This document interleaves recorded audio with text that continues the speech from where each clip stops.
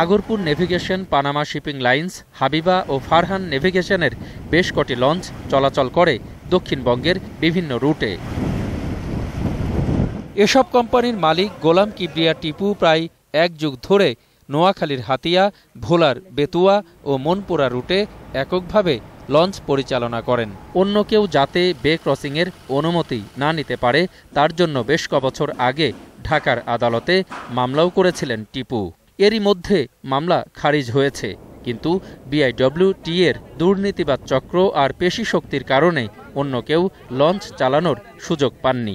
যখন আমরা বিচার নিয়ে আসি এরা আরো মুগিল্ল গুলি করে, উল্টা কথা যে তোমরা থানায় মামলা করো, সেই আমাদের নদী কিনা, এখানে কোনো বিচার নাই। একটা লঞ্চে আমরা যাত্রী ছোট ২,৫০০ ৩,০০০, তো এতে যে কোনো মতে লঞ্চের দুর্ঘটনায় পড়তে পারে আর কি। ৩ জন লোক মারা গেছে, তাদের একজনও ক্ষতিপূরণ দেয়নি, দ্বিগুণ ভাড়া বানানো নিতেছে। তখন সাধারণ মানুষ কোথায় যাবে, কার কাছে যাবে? রসিদার গেলে একই কথা, আমরা কিছু করতে পারবো না, গাদ্দারি করে।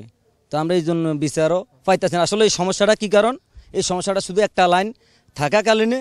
মন্ত্রণালয় বলছে সেবা খাতের ব্যবসায় একক রাজত্ব চলতে পারে না। আসলে একটা রুটে আপনার যে একটা লঞ্চ চলে এটা ঠিক না। একজন ব্যক্তি যিনি লঞ্চ মালিক উনি একটি মামলা করেছেন। আমরা আশা করি যে খুব কম সময়ে এই আইনি জটিলতা শেষে প্রাইভেটে যারা মালিক আছেন জাহাজের, তারা যতজন আগে আসবেন লঞ্চ চলার জন্য রুটে আমরা ততজনকে পারমিশন দেব।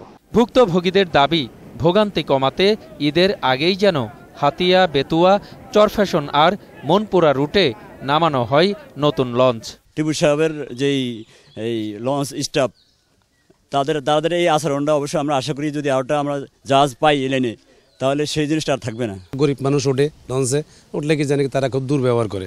যারা একচাটিয়া ব্যবসা করতে চায় লঞ্চ দিয়ে, তাদের দ্বারা তো হয়রানি সাধারণত হয়। যদি এটা অন্য কোনো কোম্পানি ঢুকতো তো আমাদের জন্য খুব ভালো হতো, ভাড়া একটু কম হতো। অখিল পোদ্দার, একুশে টেলিভিশন, চরফ্যাশন, ভোলা।